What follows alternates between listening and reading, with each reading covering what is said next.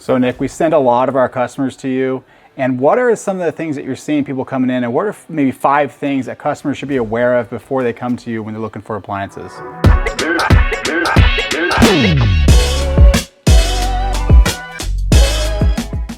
Well, there's really the 5 things that you should consider are: 1, the timeline, when they're hoping to have the project done. Well, we work with clients a lot of times well in advance of when they are going to actually have the kitchen put in, and things can change. So when we know the timeline, we can prepare them for what might change. The second thing is budget.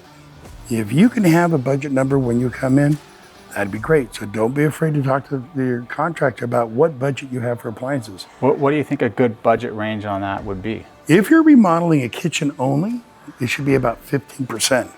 But if you're doing a whole house, that's when it's very important to talk to the contractor and say, what do you think that number should be? Building a whole house, it's very flexible. But again, it's my job to work with you to keep you within that budget. And when you're going to exceed the budget, to make you aware of that, because that's going to add to the total cost of the project. Another thing is, your dishwashers, making sure that you're getting a dishwasher that's going to be quiet.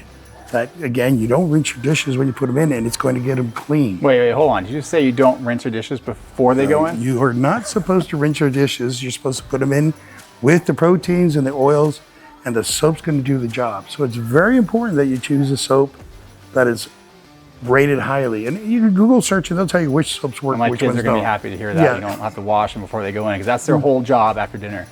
Yeah, just scrape it off. Another thing is ventilation. Ventilation is many times overlooked by the contractor, by the homeowner.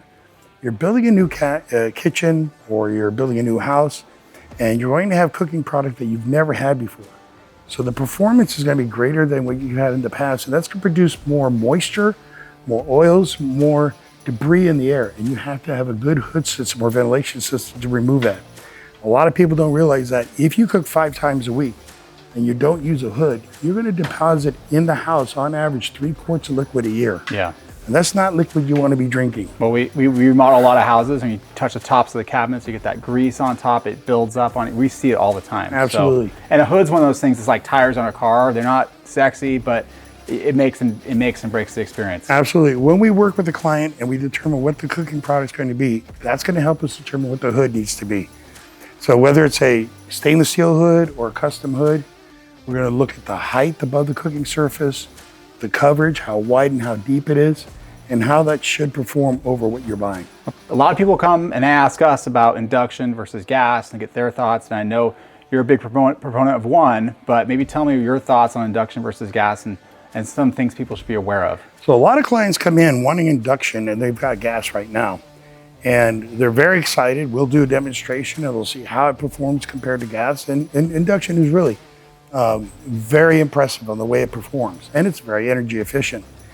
But the problem is that if you're going from gas to electric and induction, you're going to be adding a power requirement to the house that maybe you can't fulfill. So you have to check with the contractor beforehand to make sure that there's enough room in the box in your service to provide the extra amperage that the cooktop's going to need.